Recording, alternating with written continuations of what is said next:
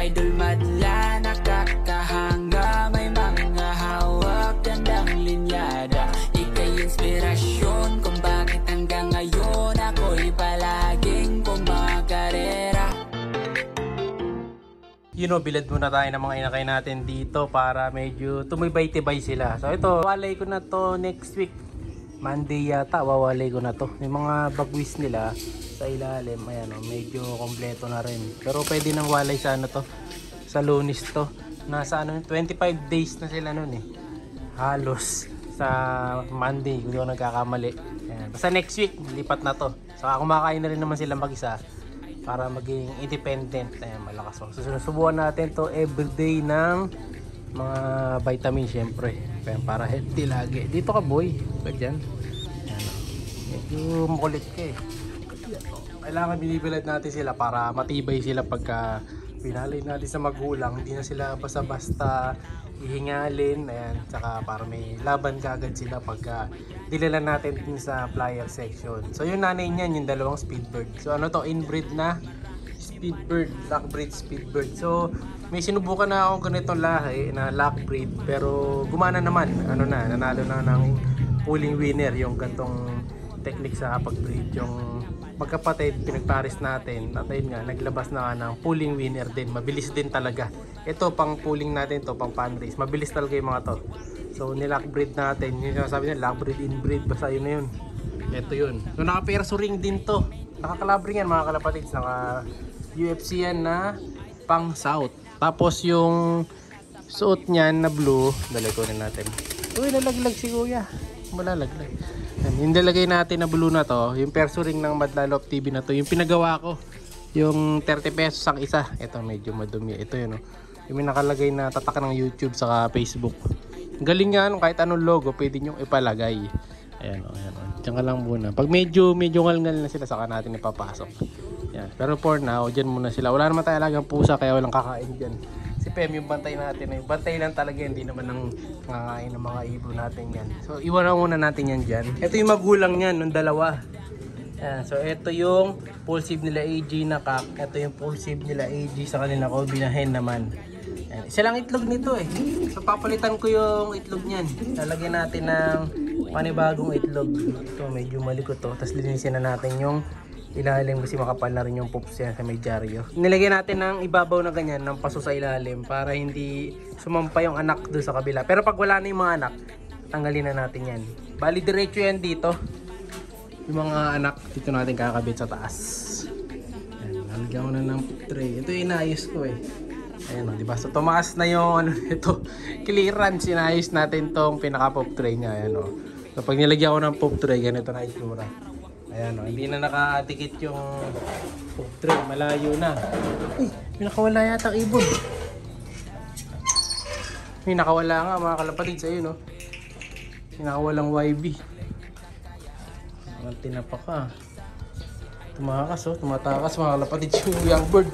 Oh, taas lumipad. Uy, taas lumipad yung young bird, nakawala. Buti na lang, nakasara. Tingnan muna natin yung mga ibon ko doon, baka wala na, ay nandun pa. Ito, kunin natin yan.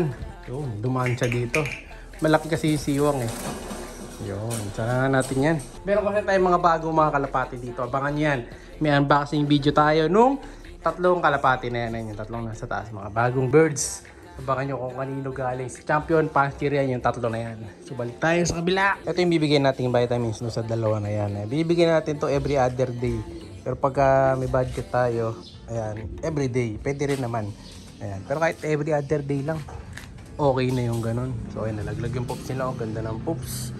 Nagkalat pa kayo sa ibaba. So bibigyan natin sila tagisa. Pati yung young bird na nakatakas kanina, bigyan natin ng ganito. Ayan. Ito kasi mas mura eh. Ito yung ginagamit natin. Meron pang mas mahal na kote dito. Mahal yata ng 50 centavos. Pero maganda rin yun. Pero ito na lang ginamit para mura. Subo natin muna. Ayan, balikan na lang natin itong mga to dyan. Hindi naman naalis yan. Wala naman pusa. Tulog naman yung bantay ko dito eh. So tapos dito, yung mga tipler to, biniwing ulit natin para sa day 2. Ayan o. Viewing sila. Sinara na natin ngayon yung trapdoor. Actually si Madla ito naglagay niya kanina. Ayan, sinara na niya o. So wala nang ano doon, papasukan. Hindi sila makapasok. Maghapon na silang dalawa dito ngayon. Ayan, oh, viewing na sila dyan. Akitin natin. Ayan, maghapon na kayong dalawa dyan, boy. Para batcher talaga kayo na maigi. Ayan, oh. Pag di kasi natin nilagay dyan, hindi sila masasanay kagad. Ayan, oh. So dyan masasanay na silang mag-trapping dyan.